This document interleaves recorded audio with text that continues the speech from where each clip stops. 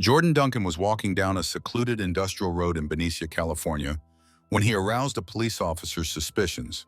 That cop was Kirk Keffer, and he had decided to stop his car and ask the teen a few questions. In doing so, though, Keffer discovered exactly why Duncan was trudging through the darkness. Duncan comes from Vallejo, California, and in November 2016, he was 18 years old and saving. Furthermore, in order to raise some cash for school, Duncan had taken up a job packing boxes at a health products company. That business, meanwhile, was based 7 miles away from Duncan's home in the city of Benicia, California. So in order to get to and from his graveyard shift, he relied on his 2001 Volvo. At least that was the case until summer 2016 when the car broke down. And without his own means of transportation, Duncan began to rely on colleagues for rides to work. However, he soon started to feel bad about putting other people out. "I didn't want to burden others by asking for a ride," Duncan told CNN in 2016. As a result, the dedicated teen started to walk to and from work.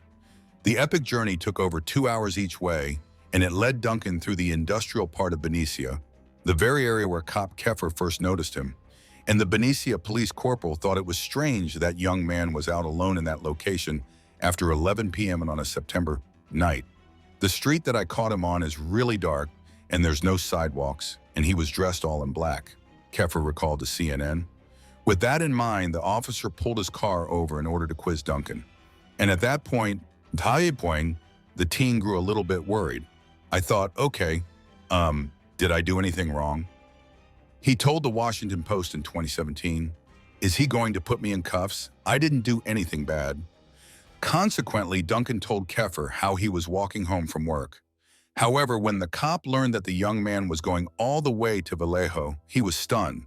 As a result, he offered to take the teen the rest of the way in his patrol vehicle. Recalling their exchange, Keffer later told CNN, "I said, 'If you don't mind, hold on a second.' I went over to my front seat, cleared it out, and asked him if I could give him a ride home. He's like, 'You can do that?' I said, 'Yeah, I can do that.'" On the way home, Duncan told Keffer how he graduated from high school the previous year and was working to save towards college.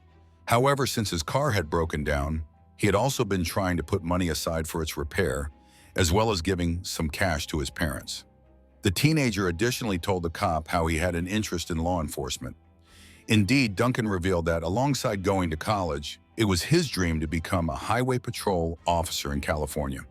And Duncan's drive and determination left Keffer in awe. The idea that the teen would spend 5 hours of his day walking in order to achieve his dreams was seriously impressive to the cop. So much so, in fact, that he really wanted to reward the teenager. Speaking to Inside Edition in 2016, Keffer explained, "People use a long commute as an obstacle not to work. I wanted to make sure that he understood a good work ethic and dedication like that is going to be noticed and rewarded." Therefore, when Keffer returned to the police department later that night, he asked his supervisor whether there was anything they could do to help Duncan. And as both of the cops were board members of the Benicia Police Officers Association, they chose to email their colleagues with an idea. In particular, Keffer and his supervisor suggested that the department buy Duncan a bicycle, and less than an hour later, the board were in agreement to help the teen. So later that week, the cop turned up at Duncan's workplace with a new bike, complete with lights and a helmet. Certainly the gift would make a real difference to Duncan. By cycling to and from work, he could cut almost 2 hours off his daily commute. Describing Keffer's impact, the teen said to Inside Edition, "He helped make my life easier." Praising the police department in general, he added, "They care about their community, they care about their people, and they care to help us."